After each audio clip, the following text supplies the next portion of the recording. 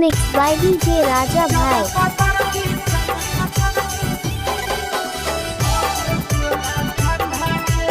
Mixed by Nandan Yadav. आगे पोछही काहे पसीना ओढ़निया से होई जइतो गंदा गे पोछही काहे पसीना ओढ़निया से होई जइतो गंदा गे चले पतर की तोरा पिलइबो कोको कोला ठंडा गे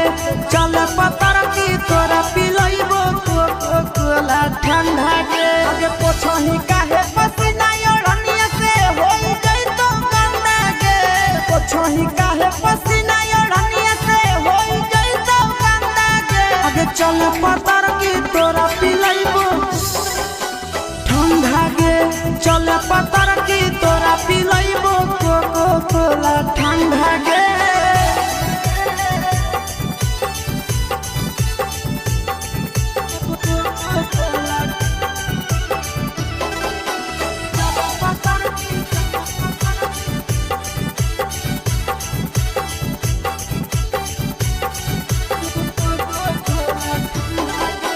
हमर जोरे चले पीले तो पानी काहे मना करो ही दिल जानी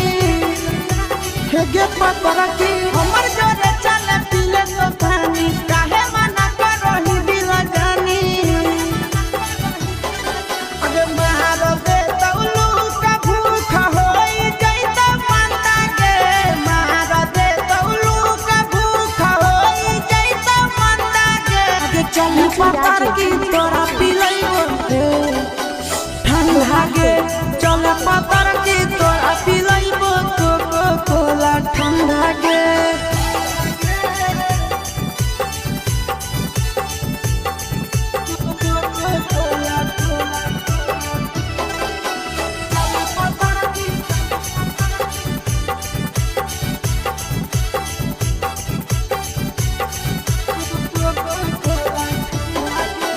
कहो नंदन मानिले बात गे दे तो यसी सवा पेप्सी सवा गे आहे दे पतर की कहो नंदन मानिले बात गे दे तो यसी सवा पेप्सी सवा गे आगे रौदा में टहले वाला के छौड़ी गलत हो तब ठंडा गे